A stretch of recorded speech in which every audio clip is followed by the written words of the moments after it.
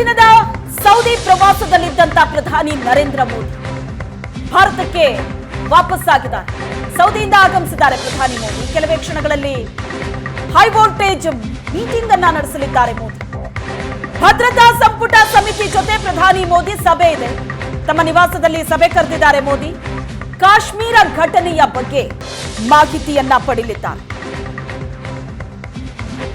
ಜಮ್ಮು ಕಾಶ್ಮೀರದಲ್ಲಿ ಉಗ್ರರಿಂದ ಪ್ರವಾಸಿಗರ ಹತ್ಯಾಕಾಂಡ.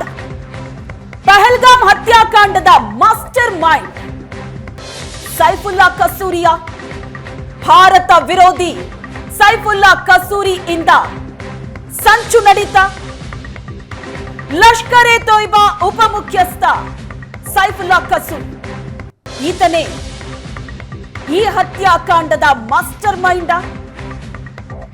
ಪಾಕಿಸ್ತಾನದಲ್ಲಿ ನೆಲೆಸಿರುವ ಭಯೋತ್ಪಾದಕ ಈ ಸೈಫುಲ್ಲಾ ಕಸೂರಿ ಭಾರತದ ವಿರುದ್ಧ ಪ್ರಚೋದನಾಕಾರಿ ಭಾಷಣ ಮಾಡಿದ.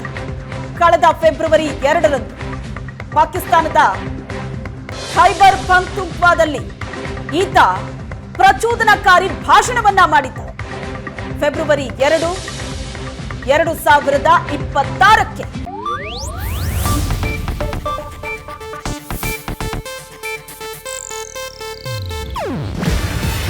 ಇದು ಏಷ್ಯಾನೆಟ್ ನ್ಯೂಸ್ ನೆಟ್ವರ್ಕ್ ಪ್ರಸ್ತುತಿ. ನೀವು ನೋಡ್ತಿದ್ದೀರಾ ಏಷ್ಯಾನೆಟ್ ಸುವರ್ಣ ನ್ಯೂಸ್.